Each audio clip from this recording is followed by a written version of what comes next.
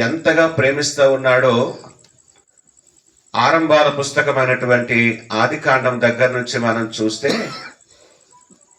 నూతన నిబంధన పుస్తకం దగ్గరకు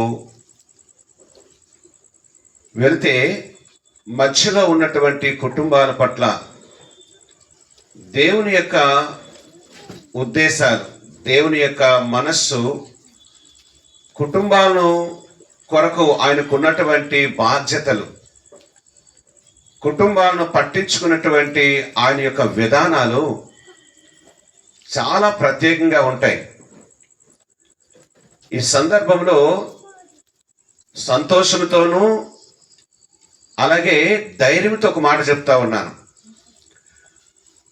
దేవుడు అనబడి పిలువబడుతున్నటువంటి ఈ లోకంలో ఏ దేవుడు కూడా మనము ఆరాధిస్తున్నటువంటి, మనము నమ్మినటువంటి ఈ దేవుడు ఈయన కుటుంబాలను పట్టించుకున్నట్లుగా మరికి ఎవరునూ పట్టించుకోరు.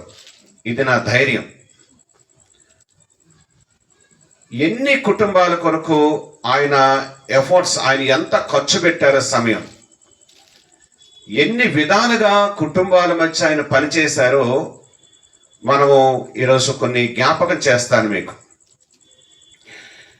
కానీ హబక్కూకు గ్రంథంలో దైవజనుడు ఈ మాటను పాటగా పాడుతూ ప్రభువుని స్తుతిస్తా ఉన్నాడు. ఆయన సహోదరులు శేఖర్ గారి యొక్క జీవితంలో ఒక నూతన సంవత్సరాన్ని వారి వైవాహ జీవితంలో దేవుడు అనుగ్రహించారు గనక ఈ మాట నేను తీసుకున్నాను. కానీ తర్వాత మనం వెళ్తున్నప్పుడు కొన్ని విషయాలు ఈ పరిశుద్ధమైనటువంటి గ్రంథంలో నుంచే మనము ఆలోచన చేస్తాం. యెహోవా నిన్ను గూర్చిన వార్తను విని నేను భయపడుచున్నాను. యెహోవా సంవత్సరములు జరుగుచుండగా నీ కార్యము నూతన పరచము. సంవత్సరములు జరుగుచుండగా దానిని తెలియచేయము. కోపించుచునే వాత్సల్యమును జ్ఞాపకమునకు తెచ్చుకొనుము. ఇక్కడ మనకు ఏమి తెలియచేస్తా ఉంది ఆయన ప్రార్థనలో అనంటే, ప్రభువా సంవత్సరములు జరుగుతుండగా సంవత్సరాలు ఎలాగైతే మారుతున్నాయో, దినములు, నెలలు, వారములు, క్షణములు ఎలాగైతే మారుతున్నాయో, ప్రభువా ఈ కాలచక్రాన్ని ప్రతి దినము ఎలాగా నూతన పరుచున్నావో దేవా, నా జీవితంలో కూడా ఒక నూతనమైనటువంటి సమయాలు, నూతనమైనటువంటి అనుభవాలు, నూతనమైనటువంటి అనుభూతులతో నన్ను నింపుము దేవా అని ఆ ప్రార్థనలో మనము అర్థం చేసుకోవాలి. ఇది జనవరి 1వ తేదీన పాడుకునే పాట కాదు. లేకపోతే డిసెంబర్ 31st నైట్ ఎండింగ్లో, జనవరి 1st స్టార్టింగ్లో పాడుకునే పాట కాదు ఇది. ఈ పాట ప్రతి ఒక్కరు కూడా, ప్రతి క్షణము కూడా, ప్రతి దినము కూడా, ప్రతి తెల్లవారి లేవగానే పాడుకోవలసిన పాట ఇది. ప్రతిరోజు ఒక నూతనత్వాన్ని మనము కోరుకోవాలి. ఎందుకోసమంటే ప్రియులారా, నూతనం, కొత్తదనం అనేది దేవుడు కోరుకుంటున్నారు. ఉదాహరణకి మనము ఈ సృష్టిని చూస్తూ ఉండేటప్పుడు నిన్న కనబడిన పువ్వు ఈరోజు కనిపించదు. నిన్న కనిపించినటువంటి చిగురు ఈరోజు కనిపించదు. వాటిలో మార్పులు జరుగుతాయి. నిన్న చిన్నగా ఉన్నటువంటి పించె ఈరోజు కొంచెం పెద్దగా మారుతుంది. అంటే ఈ సృష్టిలో ప్రతి వాటిని కూడా ఒక కొత్తదనముతో మార్పులు చెందుతూ ఉంటది. అది దేవునికి ఇష్టమైనటువంటి ఒక అద్భుతమైన సంఘటన. మనుషుల దగ్గర నుంచి దేవుడు అదే కోరుతున్నాడు. మనుషులు ఎప్పుడు కూడా మరగుచ్చు జీవితాన్ని కలిగి ఉండాలని కోరుకోవట్లేదు.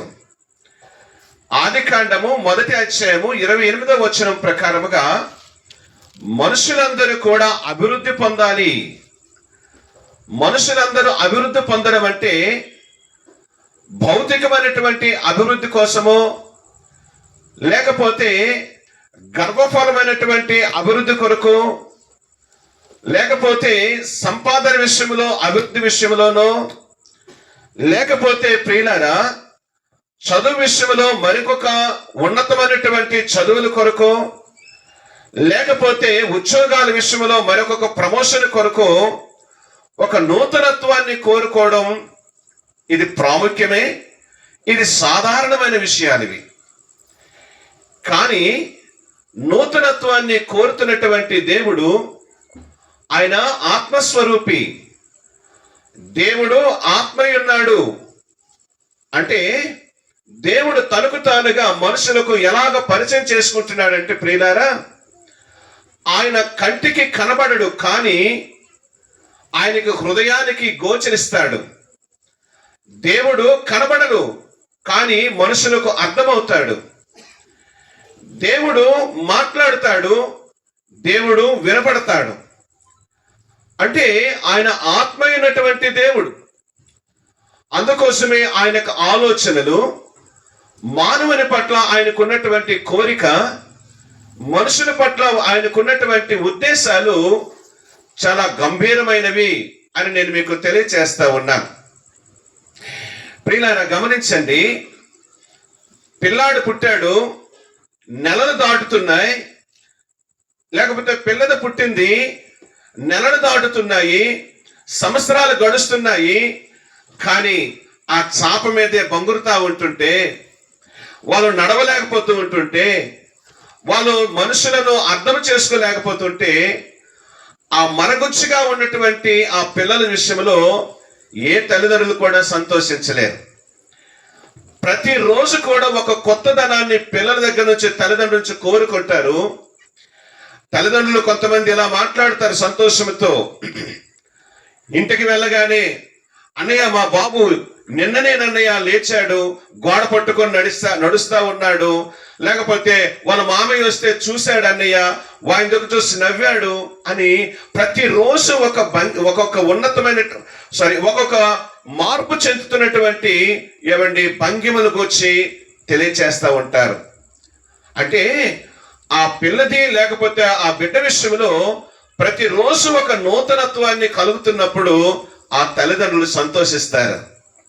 అలాగే ప్రియులారా, మనము ఆత్మ సంబంధమైనటువంటి దేవుని ఉద్దేశాలు నెరవేర్చడానికి ఆత్మ సంబంధమైనటువంటి ఆకృతులను మనము కలిగి ఉండాలి.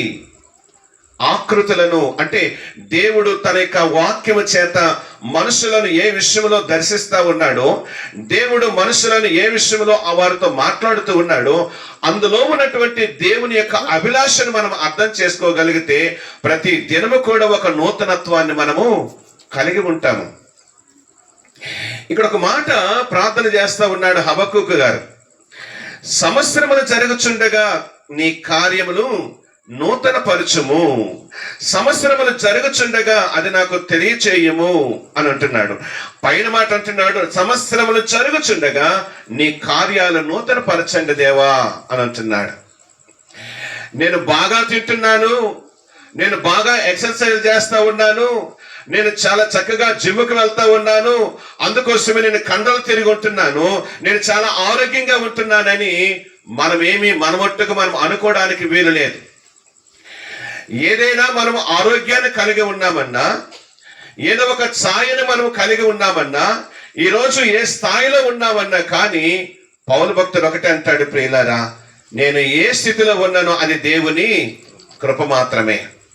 హల్లెలూయా. అనగా ప్రియ దేవుని బిడ్డలారా, ఇక్కడ హబక్కూకు ప్రార్థన చేసినప్పుడు అంటున్నాడు, ప్రతి దినము కూడా ఒక నూతన కార్యాన్ని నా జీవితంలో మీరు జరిగించండి అని మనము ప్రతి దినము హబక్కూకు వలె మనం ప్రార్థన, దేవా మాకు నూతన సంవత్సరాన్ని ఇచ్చారు, 2026వ సంవత్సరాన్ని ఇచ్చారు ప్రభువా, మీ కృతజ్ఞతాస్తుతులని చెప్పడం ఆ రోజు సరిపోతుంది. కానీ ఈ రోజు మనం ప్రార్థన చేసుకోవాలి. ఈ రోజు దేవుని దగ్గర నుంచి ఆశించేది ఏంటంటే, ప్రభువా నిన్నటి కంటే ఈ రోజు ఆత్మీయముగా నీ కొరకు దగ్గరగా జీవించాలి. ఆత్మ సంబంధమైనటువంటి మీరు ఏదైతే గుణాన్ని కోరుకుంటున్నారో ఆ విషయంలో నేను ఇంకా మెరుగుపడుతూ మీ కొరకు కొత్తదనాన్ని నేను కలిగి ఉండాలి అని ప్రతి దినము కూడా దేవుని పిల్లలంగా మనము ప్రార్థన దేవునికి చేయవలసి ఉండింది. సంవత్సరాలు జరుగుతున్నప్పుడు కాదు ప్రియులారా, ఒక దినము గడుస్తున్నప్పుడే ఆత్మ సంబంధమైనటువంటి గొప్ప సౌందర్యాన్ని మనము అలంకరించుకోవడానికి మనము సిద్ధపడాలి. ప్రియులారా, నేను ఇక్కడ నిలబడను, మరి కొంచెం విషయాలు కొంచెం ముందుకు నేను వెళ్తాను. రండి నాతో కలిసి దేవుని వాక్యంలో నుంచి మనం చూద్దాము. దేవుని వాక్యంలో నుంచి చూద్దాము.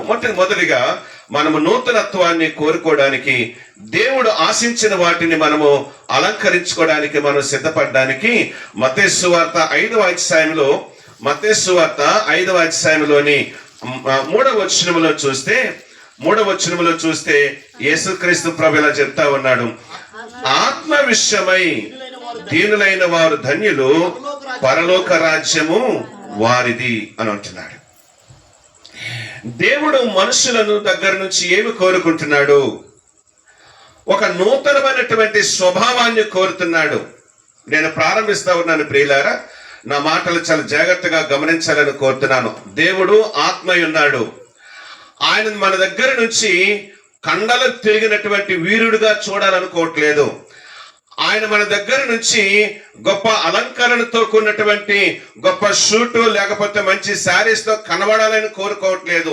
మనకు ఉన్న వాటితో ఆయన దగ్గర కనబడుతున్నా గాని ఆయన అంతరంగాన్ని లక్ష్య పెడుతున్నటువంటి దేవునిగా, హృదయాన్ని పరిశోధిస్తున్నటువంటి దేవునిగా ఆయన మన దగ్గర నుంచి కోరుకున్నటువంటి మొదటి అందం, బ్యూటీ ఏంటంటే ప్రియులారా, ఆత్మ విషయమైనటువంటి దీనత్వం. సహోదరుడా చాలా జాగ్రత్తగా గమనించాలి. సహోదరులారా చాలా జాగ్రత్తగా మాటలు గమనించాలి. మన యొక్క వ్యక్తిగతమైనటువంటి జీవితంలో, లేకపోతే ఇక్కడ వివాహాలు జరిగిన వారై ఉంటే మన యొక్క వైవాహ జీవితంలో కూడా దేవుడు మొట్టమొదట కుటుంబాల్లో వ్యక్తిత్వంలో కలిగి ఉండవలసినటువంటి మొదటి అందం, మొదటి నూతనమైనటువంటి ఆ ప్రక్రియ ఏమనగా ప్రియులారా, ఆత్మ విషయంలో దీనత్వాన్ని మనం కోరుకోవాలి. ఆత్మ విషయంలో దీనత్వాన్ని ప్రభు కోరుతున్నాడు మన దగ్గర నుంచి. ఇప్పుడే మా అబ్బాయి నేను మాట్లాడుకుంటున్నాం. ఎందుకో ఈ సంగతి నేను ఇక్కడ ధ్యానం చేయవలసి ఉంది, నేను మీకు ప్రకటించవలసి ఉంది. ఎందుకో దేవుడు ఆకస్మికంగా మా అబ్బాయి ద్వారా మాట్లాడుతున్నాడు నాతోని. డాడీ, దీనత్వాన్ని కూర్చి మాట్లాడుతున్నప్పుడు చాలా మంది దీనత్వాన్ని కోరుకుంటారు, దీనులుగా ఉన్నామని చెప్పుకుంటారు, ప్రార్థన చేస్తారు. నేను కుక్క లాంటి దాన్ని, లేకపోతే కుక్క లాంటి వాడిని, నేను దూల్ లాంటి దాన్ని అని చాలా తగ్గించుకుంటూ ప్రార్థన చేస్తారు. చాలా మంచి, నాకు అవసరమేమో దేవుడు అందుకోసమే ఈ కొద్ది నిమిషాలకు మునుపు బాబు ద్వారా నాతో మాట్లాడుతున్నాడు దేవుడు. నిజంగానే ప్రియులారా, ఒక సంఘటన నేను మీకు తెలియచేస్తాను. ప్రియులారా, ఒక ఆమె ఒక పెద్ద కాంగ్రిగేషన్, అది చాలా పెద్ద చర్చ్ అది. అక్కడ ఆరాధన చేసేటప్పుడు, ఆమె దేవునికి ఆరాధన చేసినప్పుడు ఆమె ఎంత బాగా తగ్గించుకుందని అంటే నేను ఇప్పుడు వాడిన పదాలన్నీ వాడుకుంది. దూలు లాంటి దాన్ని, కుక్క లాంటి దాన్ని, చెప్పు లాంటి దాన్ని రకరకాలుగా ఆమె తగ్గించుకుంటూ ఆ రోజు దేవునికి ఆరాధన చెల్లించింది. ఒక అబ్బాయి ఆట పట్టించడానికి ఆరాధన అంతా అయిపోయిన తర్వాత, కుక్కమ్మ అన్నాడు గబుక్కున. ఆమె పెద్ద ఆమె, ఈ అబ్బాయి చిన్నోడి, అలాగ అనకూడదు నిజంగానే. కానీ కుక్కమ్మ అనగానే ప్రియులారా ఆమెలో ఉన్నటువంటి క్రూరత్వం బయటకు వచ్చేసింది. ప్రియులారా, అరే ఎంత భయంకరముగా ఆ అబ్బాయి మీద విరుచుకు పడిపోయింది. చాలా భయంకరంగా కొట్టేసింది, ఏదేదో వల్గర్గా తిట్టేసింది. చాలా భయంకరమైనటువంటి పరిస్థితులు ఏర్పరచబడ్డాయి. ఎక్కడ ముందే కదా నేను కుక్కలాంటి దాన్నని, దూల్లాంటి దాన్నని, చెప్పులాంటి దాన్నని ఏదేదో తగ్గించుకున్నావు. ఆ చిన్నపిల్లాడు తెలుసో మొత్తానికి కావాలని ఆట పట్టించడానికి అని ఉంటాడేమో, మరి తగ్గించుకోలేకపోయావే. ఒక 5 నిమిషాల ముందు నువ్వు చేసిన ఆరాధనలో కొద్ది నిమిషాల్లోనే ఆ దీనత్వంలో నువ్వు పడిపోయావే. అంటే ప్రియులారా, మా అబ్బాయి చెప్తున్నటువంటి విషయం ఏంటంటే, ప్రార్థనలో వల్లించినటువంటి దీనత్వము నిజ జీవితంలో ఎంతమంది దగ్గర మనం చూడగలుగుతున్నాం? ప్రియులారా, చాలా జాగ్రత్తగా గమనించాలి. ప్రార్థనలో లేకపోతే దైవజనుల ఎదుట లేకపోతే సంఘములోని చాలా దీనులుగా కనబడతాం. చాలా దీనత్వాన్ని మనము ఏమంటే అక్కడ ప్రదర్శిస్తారు చాలా మంది. అంటే ప్రదర్శన అని ఎందుకు చెప్పారంటే అక్కడ చేసినటువంటి దీనత్వం అదే ప్రదర్శనగా మారిపోతుంటది. అది ప్రదర్శనగానే మనం లెక్కించాలి. ఎందుకోసం అంటే దీనత్వం అనేది ఒక స్థలానికి సంబంధించింది కాదు. ఏమండి, దీనత్వం అనేది ఒక వ్యక్తిత్వానికి సంబంధించేది. నువ్వు ఏ చోట ఉన్నా గాని, ఎటువంటి పరిస్థితుల్లో ఉన్నా గాని, ఏ స్థలంలో ఉన్నా, ఏ వ్యక్తుల దగ్గర ఉన్నా గాని నువ్వు దీనుడిగానే బ్రతకాలి, నువ్వు దీనురాలుగానే జీవించాలి. అది వ్యక్తిత్వంలో ఉన్నటువంటి దీనత్వం. ఏమండి, పరిస్థితులను బట్టో లేకపోతే స్థలాన్ని బట్టో అక్కడ ఉన్నటువంటి మనుషులు బట్టో మనం దీనులుగా ఉండేది అది ప్రదర్శన మాత్రమే. దాని పేరు నటన అని అంటారు. యేసుక్రీస్తు ప్రభు వారు ఆశించినది ఏంటంటే ప్రియులారా, తర్వాత ఏమండి ఆయన చెప్తున్నారు, ధన్యతలు కోసం మాట్లాడుతున్నాడు. ఆయన ఆత్మవిశ్వమైన దీనులైన వారు ధన్యులు అని చెప్పాడు. తర్వాత క్రెడిట్ ఏంటంటే ఇవ్వండి అక్కడ అంటున్నాడు, పరలోక రాజ్యము వారిది అని అంటున్నాడు. అంటే ప్రియులారా, నేను యేసుక్రీస్తు ప్రభువుని అంగీకరించాను, నేను బాప్తిసం తీసుకున్నాను, ప్రతి వారం కూడా ప్రతి నెలలో కూడా ప్రభు బలం తీసుకుంటున్నాను, నేను దేవుని మందిరానికి పోతున్నాను, సువార్తను ప్రకటిస్తా ఉన్నాను, దేవుని సన్నిధికి క్రమం తప్పకుండా వెళుతున్నాను, నాది పరలోకం అనుకోవడానికి వీలు లేదు. అది నీ వ్యక్తిగతమైనటువంటి భక్తిలో కొన్ని విలువలు అవి నువ్వు చేయాలంతే. 3 పూట్ల భోజనం ఎలా చేస్తా ఉన్నావో అట్లాగే మందిరానికి పోతున్నావు అంతే. నువ్వు మందిరానికి పోతున్నా, నువ్వు ప్రభునందు విశ్వాసం ఉంచినా, నువ్వు బాప్తిసం తీసుకున్నా, నువ్వు బలను సమీపించినా, నువ్వు ఏది చేసినా గాని నీ ఆత్మ విషయంలో దీనత్వాన్ని కోల్పోతే పరలోకం పోవడానికి అది ఆటంకంగా మారిపోతుంది. ఇక్కడ అంటున్న మాట ఏంటంటే నువ్వు పరలోకానికి పోవడానికి ఒక లైసెన్స్, ఒక టికెట్ ఏంటంటే ప్రియులారా, ఇక్కడ ప్రభు యొక్క మాటల్లో తెలియచేస్తాను, దీనత్వాన్ని కోరుకుంటున్నాడు ఆయన.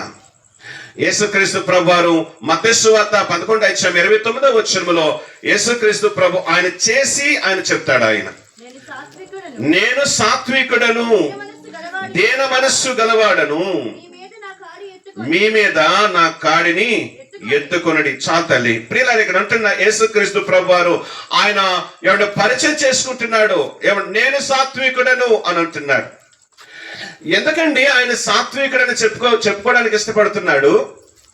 ఆ తర్వాత అంటున్నాడు ప్రియులారా, అక్కడ ఏమంటాడు, నేను దీన మనస్సు గలవాడను అని ఎందుకు చెప్పుకుంటున్నాడు అని అంటే అప్పటికే యేసుక్రీస్తు ప్రభువుని చాలా మంది మోసేస్తున్నారంటే మీకు తెలుసా?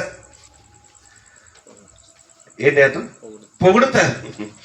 యేసుక్రీస్తు ప్రభుకు అప్పటికే పొగిడేస్తా ఉన్నారు చాలా మంది. ఈయనేంటి దేవుడే మాట్లాడుతున్నట్టుగా ఉంది, ఈయన మాటలు చాలా అధికారంతో మాట్లాడుతున్నాడు, ఈయన మాటలు చాలా ఆశ్చర్యకరంగా ఉన్నాయి, ఈయన చాలా అద్భుతమైనటువంటి కార్యాలు చేస్తా ఉన్నారని రకరకాలుగా ఆయనకు ఎత్తేస్తా ఉంటుంటే అందరూ వింటున్నట్టుగా ప్రియులారా ఆయన ఏమంటారు తెలుసా? నేను సాత్వికుడను, నేను దీన మనస్సు గలవాడను. అన్నీ ఉన్నాయి ఆయనకి అవకాశాలు, ఆయన హెచ్చించుకోవడానికి అవకాశాలు ఉన్నాయి. ఎందుకోసమంటే ప్రియులారా, ఆయన భూమి ఆకాశం సృజించిన సృష్టికర్త. ఆయన లేకుండా ఏదీ కలగలేదు. ఆయన సర్వాధికారము కలిగిన దేవుడు ఆయన. కానీ ఆయన దీనుడుగా ఈ లోకానికి వచ్చి అంటాడు, నేను సాత్వికుడను, దీన మనస్సు గలవాడనని చెప్తూ ఉన్నాడు. తర్వాత ఏమంటాడండి?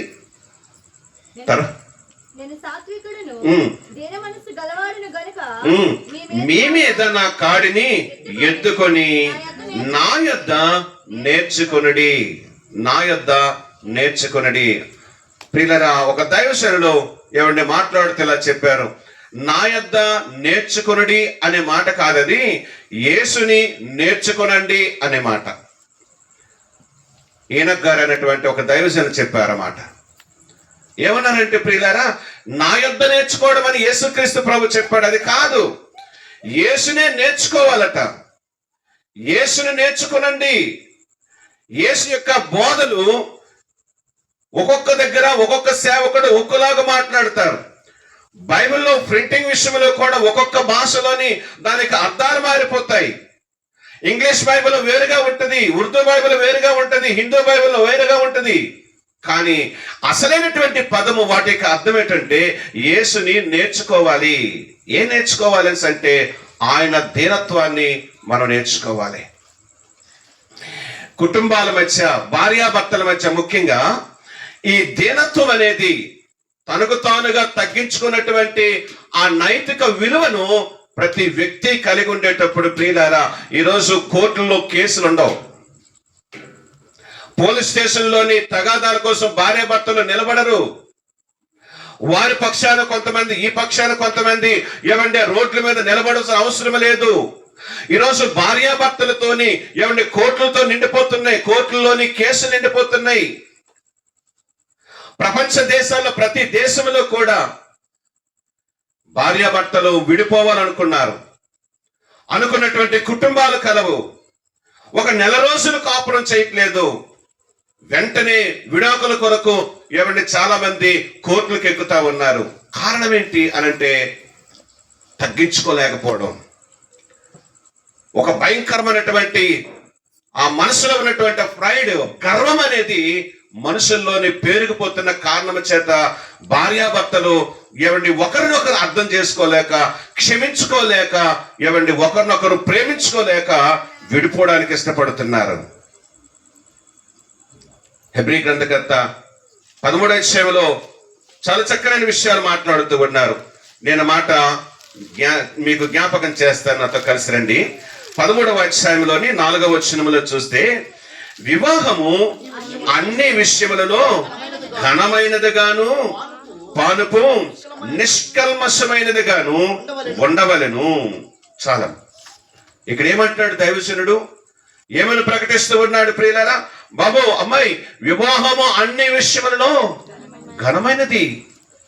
అంటే వివాహము ఘనమైనది అంటే ఏమంటే పెద్ద పందిరేసాము, కొన్ని వేల మందికి భోజనాలు పెట్టాము, అన్ని రకాలైనటువంటి స్వీట్లు పెట్టాము, అనేక రకాలైనటువంటి ఏమంటే బహుమానాలు వచ్చాయి, చక్కనైన బట్టలు కొనుక్కున్నాము, ఏమంటే బ్యాండ్లో మ్యూజిక్లు డీజేలు పెట్టాము, అందుకోసం ఘనమైనది అని చెప్పడానికి కాదు. అవి ఘనమైన పెళ్ళిళ్ళు కావు, అవ్వచ్చు. కానీ వివాహము ఘనమైనది ఎప్పుడవుతుంది అంటే ప్రియులారా గమనించండి, వ్యక్తిగతమైనటువంటి భార్యాభర్తని వ్యక్తిగతమైన జీవితాల్లో ఎవరైతే దీనులుగా బ్రతుకుతారో, దేవుని ఉద్దేశాలు నెరవేర్చడానికి సాత్వికులుగా జీవిస్తారో, వారి కుటుంబాన్ని చూసినప్పుడు, వారి భార్యాభర్తలుగా వారిని చూసేటప్పుడు ప్రియులారా, వీరండి దంపతులు అని చెప్తారు. అప్పుడే వివాహానికి విలువ వస్తుంది.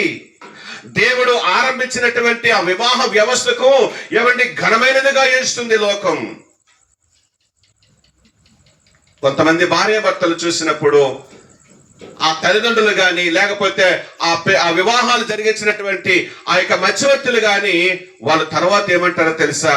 నేరక చేశామండి వీళ్ళు పెళ్లి అని అంటారు. ఎందుకండి వీళ్ళకి పెళ్లి చేశామని తల్లిదండ్రులు బాధపడుతూ ఉంటారు. కారణం ఏంటో తెలుసా? ఆ వివాహం యొక్క విలువ చాలా మందికి తెలియదు. సాత్వికాన్ని, దీనత్వాన్ని కోల్పోతున్నారు. తగాదాలు వస్తే ఆ ఇంట్లో ఎలా ఉంటదంటే ప్రియులారా, పాకిస్తాన్కి భారతదేశానికి యుద్ధాలు జరిగితే ఎంత భయంకరంగా ఉంటుందో అట్లా ఉంటుంది. వాళ్ళు బాంబులు మాత్రమే వేసుకోరు, అక్కడ బాంబులు పడతాయిలండి. ఈ ఇంట్లోని బాంబులు మాత్రం పడవు కానీ ప్రియులారా, బాంబులు లాంటి భయంకరమైనటువంటి శాపనార్థాలు పడతాయి.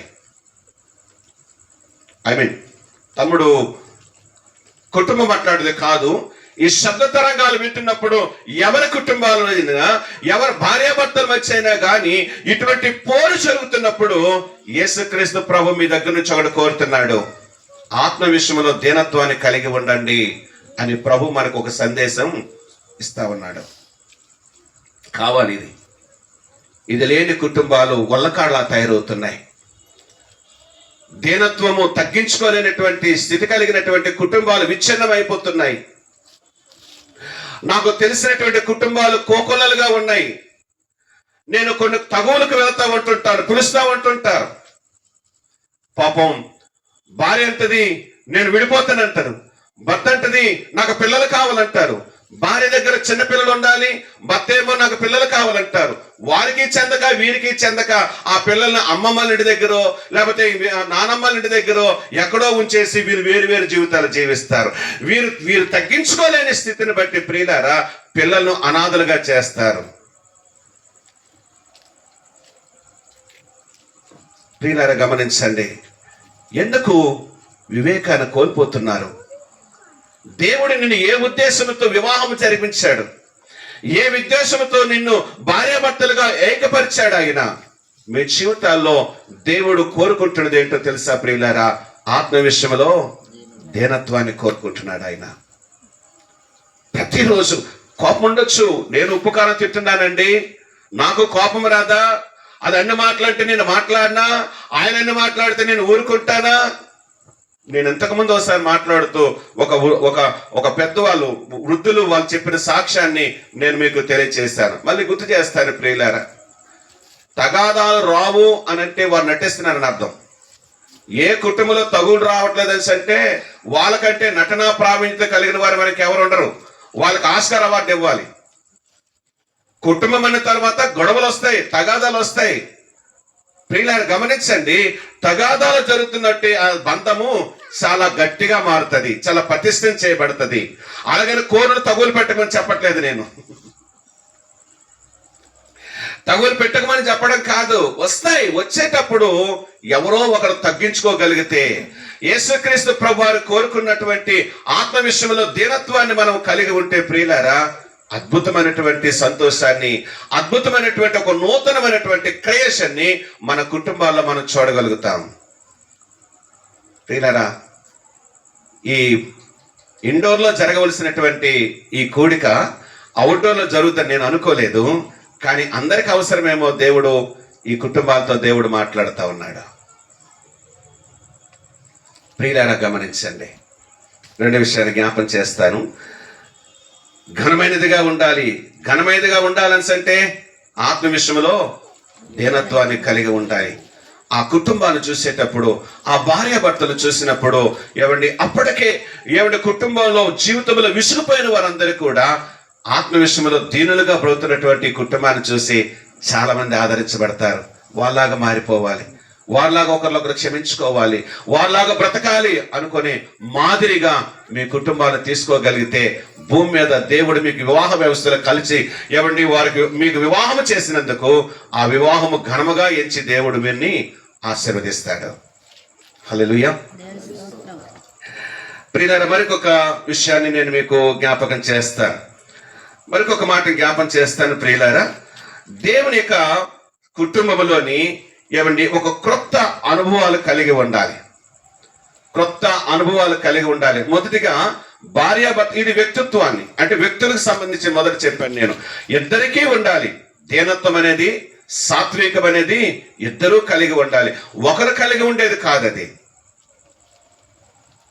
రెండవదిగా కొత్త అనుభవాలు మనము కోరుకోవాలి. ప్రతిరోజు కూడా కొత్త అనుభవాలు కోరుకోవాలి. ప్రభుని నమ్ముకొని ఎన్ని సంవత్సరాలు అయ్యింది అని అంటే, ఇక్కడ నుంచి ఆ చివరికి వచ్చినంత వరకు అడిగితే ఇంచుమించు ఒక 5 సంవత్సరాలు, 10 సంవత్సరాలు, 20 సంవత్సరాలు, 30 సంవత్సరాలు వయసు కలిగిన వారే సంఘంలో కనబడుతున్నారు అనిపిస్తా ఉంది నాకు. అంటే సీనియర్ క్రైస్తవులు ఇక్కడ ఉన్నారు, క్రీస్తుని ఎరిగిన వారు ఇక్కడ చాలా మంది ఉన్నారు. మొన్ననే ప్రభుని నమ్ముకున్న వారు కూడా ఉండొచ్చు. అదే ఆ సమయంలో వివాహం జరిగి కొన్ని సంవత్సరాలు అవ్వచ్చు, లేకపోతే తమను ఎన్నో సంవత్సరం ఇది ఫస్ట్ ఇయర్ 1 సంవత్సరం అవ్వచ్చు. ప్రియులారా, 1 సంవత్సరమైనా, 6 నెలలైనా, నెలైనా, 30 సంవత్సరాలైనా కానీ మన వివాహ వ్యవస్థలో కొత్త అనుభవాలు మనము కలిగి ఉండాలి. కొత్త అనుభవాలు నేను రెండు చెప్తాను ప్రియులారా. ఒక అనుభవము మన ఆధ్యాత్మికమైనటువంటి జీవితంలో కొత్త అనుభవాలు కావాలి. రెండవదిగా మన కుటుంబ జీవితంలో అనగా మన సంసార జీవితంలో కొత్త అనుభవాలు ఉండాలి. ఈ రెండు అత్యవసరం. అది కుటుంబము అని చెప్పడానికి అది కుటుంబము అని చెప్పడానికి ఈ రెండు అనుభవాలు ప్రతి ఒక్కరి జీవితంలో తప్పక ఉండాలి. ప్రియులారా, ఒకసారి యెహోషువ గ్రంథంలో 14వ అధ్యాయంలోని యెహోషువ గ్రంథం 14వ అధ్యాయంలో 10-11 వచనాల్లో కాలేబు అనేటువంటి ఒక మంచి న్యాయాధిపతి లేకపోతే దైవజనుడు అని చెప్పొచ్చు. కాలేబు అనేటువంటి దైవజనుడు అంటున్నాడు, ఆయన ఎంత అద్భుతమైన సంగతి తెలియజేశాడో చూడండి. యెహోషువ గ్రంథము 14వ అధ్యాయం, యెహోషువ గ్రంథము 14వ అధ్యాయము 10-11 వచనాలు. యెహోవా చెప్పినట్లు మోషేకు ఆ మాట సెలవిచ్చినప్పటి నుండి ఇశ్రాయేలీయులు అరణ్యములో నడిచిన ఈ 45 ఏండ్లు ఆయన నన్ను సజీవునిగా కాపాడి ఉన్నాడు. ఇదిగో నేనిప్పుడు 85 ఏండ్ల వాడను. మోషే నన్ను పంపినవాడు పంపిన నాడు నాకెంత బలమో నేటి వరకు నాకంత బలము. యుద్ధము చేయుటకు గాని వచ్చుచు పోవచుండుటకు గాని నాకెప్పటికట్లు బలమున్నది. చాలు, థ్యాంక్ యూ. ప్రియులారా, గమనించండి. కాలేబు అనేటువంటి ఈ మంచి సైన్యాధిపతి లేకపోతే ఒక మంచి దైవజనుడు ఆయన సాక్ష్యాన్ని తెలియజేస్తూ ఉన్నాడు. నేను చెప్పాను కదా, ఏమండి, వైవాహిక జీవితంలో ఒక కొత్తతనం, అలాగే ఆధ్యాత్మిక జీవితంలో ఒక నూతనత్వాన్ని మనం కలిగి ఉండాలని చెప్తా ఉన్నాను. మొదటిది ప్రియులారా, ఆయన ఫిజికల్ గా, ఆయన శారీరకముగా, ఏమంటే మానసికమైనటువంటి ఒక మంచి అద్భుతమైనటువంటి బలాన్ని ఆయన తెలియజేస్తా ఉన్నాడు, అయితే ప్రదర్శిస్తా ఉన్నాడు మాటల్లోనే. ఆయన 40 సంవత్సరాల్లో మోషే ద్వారా దేవుడు నాకు పిలిచినప్పుడు 40 సంవత్సరాల వయసులోనే నాకు ఎటువంటి బలం ఉందో, మరలా ఇప్పుడు నాకు 80 సంవత్సరాలు అయ్యింది, అప్పుడు బలం ఎంత ఉందో ఈ రోజుకు అదే శక్తిని నేను కలిగి ఉన్నాను అని అంటున్నాడు. ఆ రోజు నాకు ఎటువంటి ఆరోగ్యం ఉందో ఈ రోజు కూడా అటువంటి ఆరోగ్యాన్ని నేను కలిగి ఉన్నాను అని అద్భుతమైనటువంటి సాక్ష్యాన్ని ఆయన ఇస్తా ఉన్నాడు. ప్రియులారా, గమనించండి, మనకు భౌతికమైనటువంటి శారీరక మానసికమైనటువంటి మన వ్యక్తిగతమైన జీవితంలో ఇది తప్పనిసరిగా ఈ సాక్ష్యాన్ని మనము కలిగి ఉండాలి. మొదటగా నేను జ్ఞాపం చేస్తాను ప్రియులారా, అంటే ఇది నేను వివరించడం కాదు, దాన్ని మనం అన్వయించుకోవడానికి కొన్ని విషయాలు నేను మీకు తెలియజేస్తాను. రండి ఒకసారి ఆలోచన చేద్దాం. అక్కడ మనము శారీరకమైనటువంటి ఆరోగ్యాన్ని మనము కలిగి ఉండాలి. ఒక దైవజనుడు ఈరోజు మధ్యకాలంలో వివాహాల కోసం మాట్లాడుతున్నప్పుడు అన్నాడు, ఆ వివాహాలు చేసుకునే ముందు యవనస్తులకు ఆయన ఇచ్చినటువంటి సజెషన్, కొన్ని సలహాలు ఏంటంటే ప్రియులారా, నీకు ఒంటిలో అనారోగ్యం ఉంటే నీ వివాహానికి సిద్ధపడద్దు. నీ ఒంటిలోని అనారోగ్యం ఉంటే నీ వివాహానికి సిద్ధపడద్దు. లేకపోతే నీ శరీరంలో కోరికలు లేకపోతే నీ వివాహానికి సిద్ధపడద్దు. లేకపోతే నువ్వు సంపాదించకపోతే వివాహం సిద్ధపడద్దు. వింటున్నారా ప్రియులారా? నీ కుటుంబంలో నీ తల్లిదండ్రులతో సమాధానం లేకపోతే వివాహానికి సిద్ధపడద్దు. ఎందుకోసమంటే అసలు నీ తల్లిదండ్రులతో నీకు సమాధానం లేకపోతే నీకు తెలియని పరిచయం లేనటువంటి వేరొక కుటుంబం నుంచి వచ్చినటువంటి ఆమెతో నీకేమి సమాధానం ఉంటుంది? వింటున్నారా ప్రియులారా? చాలా మంది తల్లిదండ్రులు ఏం చేస్తారంటే వారి కొడుకో లేకపోతే కూతురుకో పెళ్లి చేయాలని ఎందుకు తొందరపడతారో తెలుసా? వీరి ముక్కుకి తాడు కడితే కానీ వీడికి బుద్ధి రాదు. అర్థమైందా? వీడికి ఒక లంకేస్తే కానీ, కొంచెం ముదు మాట మన శ్రీకాకుళం భాష మాట్లాడుతూ ఉన్నాను, కొంచెం వీడికి లంకేస్తే గాని వీడికి బాధ్యత తెలియదు, అందుకే పెళ్లి చేస్తారట. ఎవరి కోపం చేస్తావు నువ్వు నీ కొడుకుని? ఏమండి, ఆడబిడ్డ యొక్క ఏమండి తన యొక్క పేక తీస్తావా నువ్వు? అంటే తల్లిదండ్రులుగా పిల్లలకు వివాహం చేసే ముందు వారికంటూ కొన్ని బాధ్యత నేర్పించాలి. వాళ్ళ కాళ్ళ మీద వాళ్ళు నిలబెడగలిగినటువంటి శక్తిని ఇవ్వాలి. వాళ్ళకంటూ కొంత భరోసా ఇచ్చేసి అప్పుడు వివాహం చేస్తే ప్రియులారా, వారు ఆరంభించినటువంటి వివాహ వ్యవస్థలో వాళ్ళు చివరి వరకు సంతోషంగా ఉండగలుగుతారు. అర్థమవుతుందా ప్రియులారా? అంటే వివాహము కొరకు సిద్ధపడుతున్నప్పుడు ఆ రోజు నీకు ఎటువంటి వివాహమును గూర్చి ఆలోచనలు ఉన్నాయో అది 30 సంవత్సరాలు వచ్చినా గానీ ఆ ఆలోచనతోనే ఏమండి అధిగమించుకుంటా వివాహ వ్యవస్థలో మనం కొనసాగాలి. అది అర్థవంతమైనటువంటి కుటుంబం, అలా జీవించాలి. మానసిక పరమైనటువంటి ఉత్తేజాన్ని తెలియచేస్తుంది. వాస్తవానికి 40 సంవత్సరాల వయసులో ఉన్నవాడికి 80 సంవత్సరాల వయసులో ఉన్నవారికి తేడా ఉండదా? 40 సంవత్సరాల వయసు కలిగినటువంటి వ్యక్తి కొంచెం మెట్టులు పైనుంచి 3వ మెట్టు గెంతేస్తారు. మరి 80 సంవత్సరాల వయసు కలిగిన వాడు గెంతేస్తాడా? గెంతరు కదా, శక్తి తగ్గుతుంది. కానీ కాలేబు దగ్గర ఉన్నటువంటి గొప్ప సంగతి ఏంటంటే ఆయనకు మానసిక పరమైనటువంటి ఉత్తేజాన్ని కలిగిన వాడు. తన శరీరం మీద, తన శక్తి మీద తనకి నమ్మకం ఉంది. ఇప్పుడు నేను 80 సంవత్సరాలు కలిగిన వాడును, నేను వెళ్ళుటకును పోవుటకును వచ్చుటకును నాకు శక్తి కలదు అని అంటున్నాడు ఆయన. ఈ శక్తి అనేది, ఈ ఆరోగ్యం అనేది ప్రియులారా చివరి వరకు వైవాహ జీవితంలో కలిగి ఉండాలి. కొంచెం ఆరోగ్య సూత్రాలు తెలియచేస్తా ఉన్నాను. టైంకి తినండి, టైంకి పడుకోనండి. ఇది చెప్పడానికి నేను సరిపోను. ఎందుకోసమంటే టైంకి తింటానేమో కానీ టైంకి పడుకోను. నేను నైట్ కొంచెం ప్రార్థనలో వాక్యంలో కొంచెం ఏ టైం అవుతుందో నాకే తెలియదు. అంటే నేను చెప్పే సంగతి ఏంటంటే దేవుని బిడ్డలారా వినండి చాలా జాగ్రత్తగా. కొంతమంది ఇంట్లో తగాదాలు పెట్టుకొని భోజనం మానేస్తారు. ఇంకో మాట చెప్పనా ప్రియులారా, స్నానం కూడా చేయరు రోజు. స్నానం కట్, భోజనం కట్, మాటలు కట్. ఏమవుతుంది వీళ్ళ ఆరోగ్యం? ఏమండి, ఇంట్లో మీరు ఇలా కనబడుతుంటే ఉన్న వాళ్ళు కూడా ఆరోగ్యాలు పాడవుతాయి. దయచేసి గమనించండి ప్రియులారా. కాలేబు ఆయన తెలియచేసినటువంటి వర్తమానంలో 40 సంవత్సరాల నుంచి 80 సంవత్సరాలు వచ్చినంత వరకు కూడా తన బలాన్ని కోల్పోలేదు, తన శక్తిని కోల్పోలేదు, తన మానసిక పరమైన నైపుణ్యతను కూడా ఆయన కోల్పోలేదు. నేను వెళ్ళుటకును వచ్చుటకును పోవుటకును ఆ రోజు ఏ శక్తిని అయితే కలిగి ఉన్నానో ఈ రోజు కూడా అలాగే ఉన్నాను. ఆ రోజు వివాహంలో నేను ఆ భార్యతో నేను ఎంతో సంతోషంగా ఉండగలుగుతున్నాను, ఈ రోజు కూడా నా భార్యతోను, ఈ రోజు కూడా నా భర్తతోను అదే సంతోషంగా ఉండగలుగుతున్నాను, అదే సంతృప్తి కలిగి జీవిస్తా ఉన్నాను అని చెప్పగలిగినదే కాలేబు గారి దగ్గర నుంచి మనం నేర్చుకోవచ్చు. ప్రియులారా గమనించండి. ఎక్కువ విషయాలు చెప్పలేను. మరొక సంగతి నేను తెలియచేస్తాను. నా సమయం అవుతున్నట్టుగా ఉంది, దాటిపోయింది తమ్ముడు. తిమోతికి రాసినటువంటి మొదటి పత్రికలో 6వ అధ్యాయంలో 6వ వచనం చూస్తే,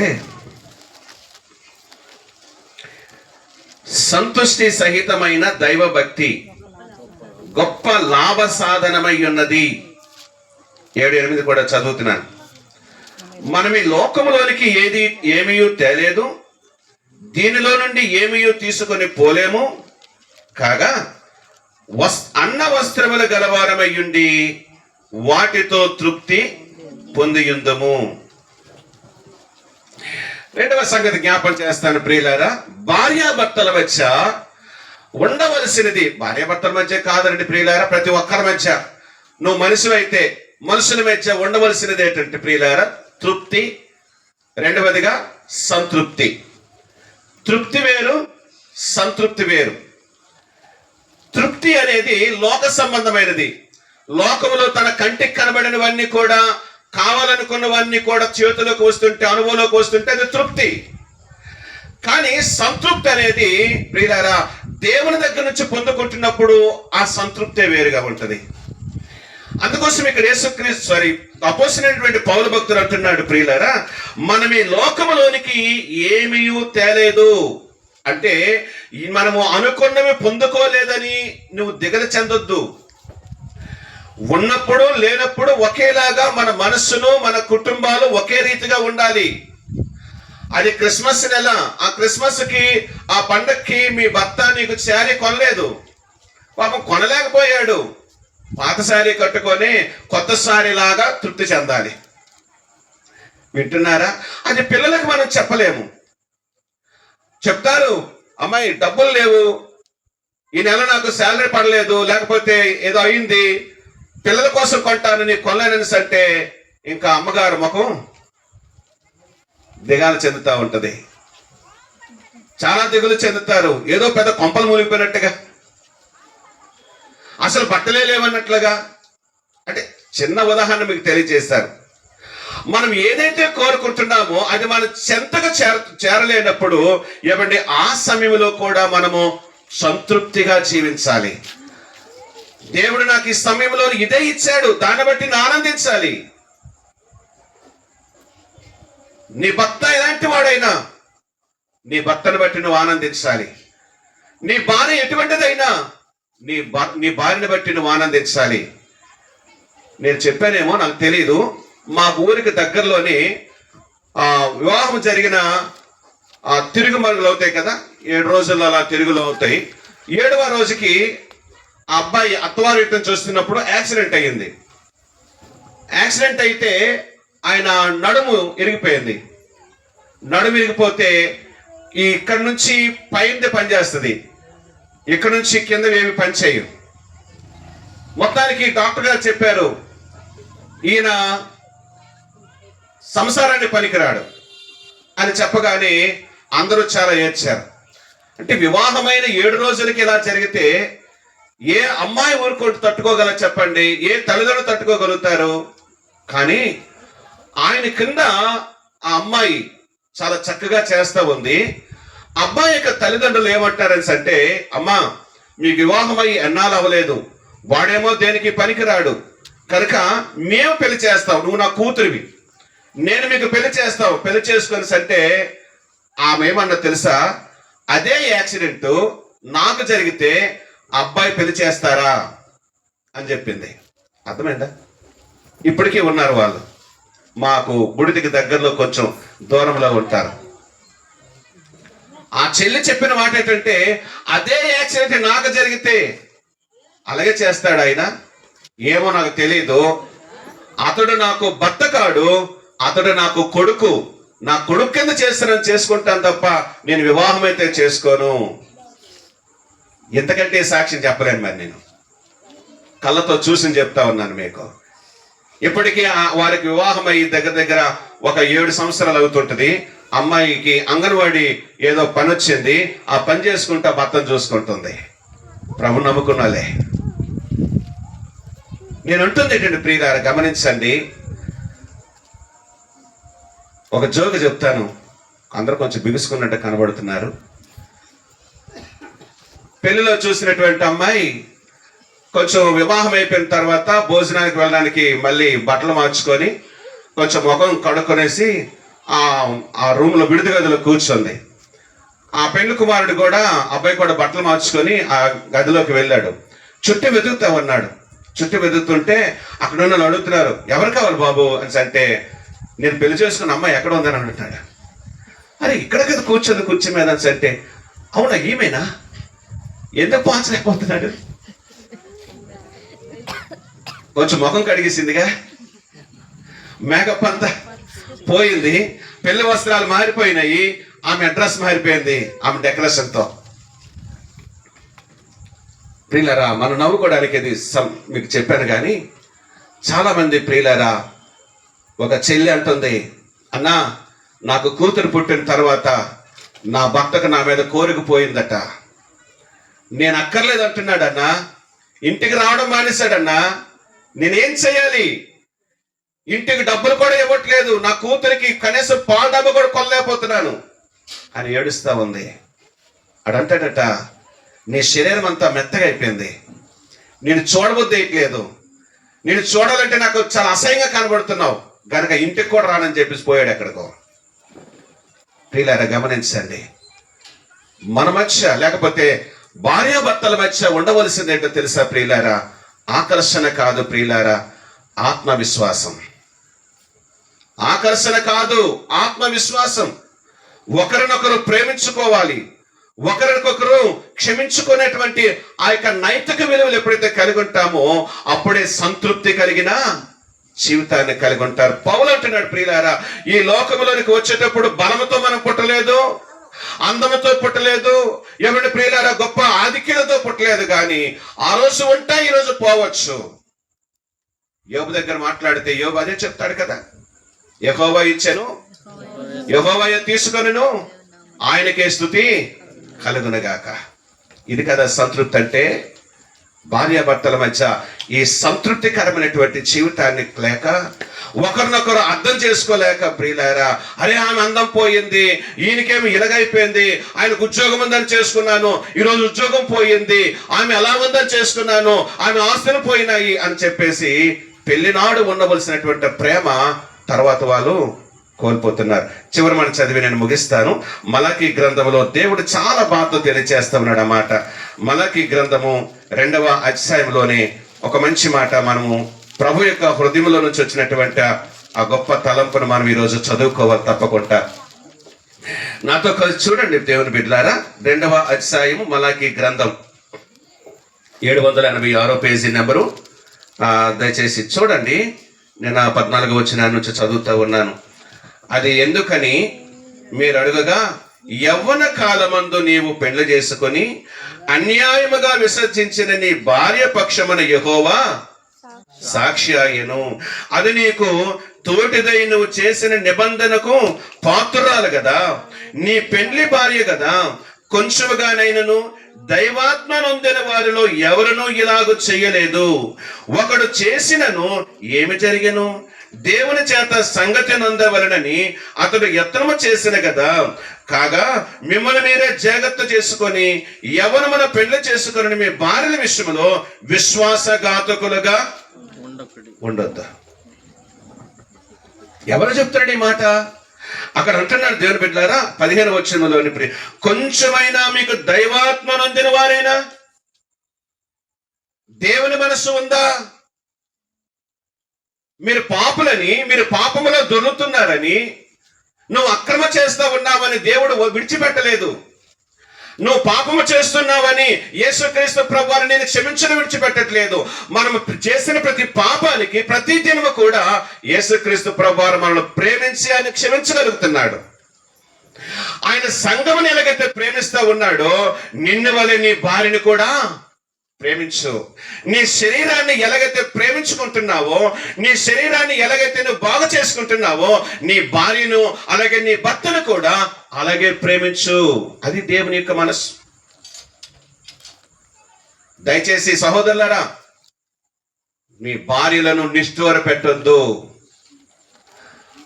నీ దగ్గరకు రావడానికి వాళ్ళు చాలా ఆలోచనతో వచ్చారు. నా భర్తతో నేను సంతోషంగా ఉంటానని వచ్చారు. నా భర్తతో నేను సుఖిస్తానని వచ్చారు.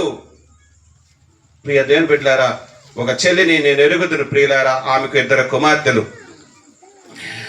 కుమార్తెలు ప్రియులారా. ఒకరోజు చాలా భయంకరంగా తాగేసి, ప్రతిరోజు వాడు తాగేసి వస్తాడు, కొడతాడు. కానీ అది ఒకరోజు జరిగింది ఏంటంటే, వాడు తాగేసి వస్తున్నప్పుడు ఈమె సహించలేక ఆమె పేగ పట్టుకొని చంపేస్తా ఉన్నాడేమని ఆ పరిస్థితుల్లోని వాడికి పట్టుకొని తోసింది. తోసేసరికి ప్రియులారా వాడేం చేశాడంటే, అట్నుంచి వచ్చి ఈమెకి తోసేసరికి పడుకున్నటువంటి బిడ్డ మీద ఆమె పడిపోయింది. ఆ బిడ్డ పడుకుంటుండగా చచ్చిపోయింది. పరామర్శకు వెళ్ళాం. ప్రియులారా, నేనేమి జరగను చెప్పట్లేదు, జరిగినవి చూచిన వాటిని తెలియచేస్తా ఉన్నాను. ఇద్దరు బిడ్డలతో చాలా సంతోషించాలనుకో. సర్లే, నా భర్త ఎలాంటి వాడైతే ఏర్పోయింది, నాకు పిల్లలు ఉన్నారు, పిల్లల కోసం బ్రతుకుతానని బ్రతుకుతా ఉంది. ఈరోజు త్రాగిసి వచ్చిన తర్వాత తన కుమార్తెను కూడా కోల్పోయింది. తన యొక్క సుఖాన్ని కోల్పోతున్నారు ఆడబిడ్డలు చాలా మంది. భర్తలారా, మీ దగ్గరకు వచ్చినటువంటి ఆ పొరిగింటటువంటి ఆ యొక్క అమ్మాయి లేకపోతే ఆ తల్లి ఏ ఆలోచనతో వస్తుందో తెలుసా? నీకు ఒక కుటుంబాన్ని ఇవ్వాలని, నీ కొరకు తన ప్రాణత్యాగం చేసి నీ కొరకు సేవ చేయడానికి ఆమె సమర్పించుకొని వచ్చింది. ఆమెకు నిష్ఠూర పెట్టొద్దు. ఇది నా మాట కాదు, సృష్టికర్తైనటువంటి దేవుని మాట. దేవుడైనటువంటి యెహోవా అంటున్నాడు, వారి పక్షమున నేను సాక్షిగా ఉంటానంటున్నాడు ఆయన. అలాగే ప్రియ దేవుని బిడ్డలారా, తల్లులారా, మీ భర్తలను అవమానపరచొద్దు. మీ భర్తలను అవమానపరచొద్దు. నీ భర్తకు నువ్వు ఎప్పుడో, ఎందుకో చెప్పాలో లేదో నాకు తెలియదు, చెప్పక తప్పడం లేదు దేవుని బిడ్డలారా. నేను చెప్పకపోతే నా యొక్క ప్రసంగం సరిగ్గా ఉండదేమని నా ఉద్దేశం. సంతృప్తి కొరకు నేను మాట్లాడుతున్నాను. భర్తతో ఉన్నటువంటి ఈవిడ వేరొక పురుషుని ఆశించడమే తన భర్తను అవమానపరుస్తుంది. తన భర్తను అవమానపరుస్తుంది, వేరొకరితో పోల్చుతుంది. వేరొకరిని ఆశిస్తున్నటువంటి నీ భార్యను, వేరొకరిని ఆశిస్తున్నటువంటి నీ భర్త విషయంలో నీవు వారిని అవమానపరుచుకుంటున్నావు. ఇవి ఎవరు చేస్తారో తెలుసా?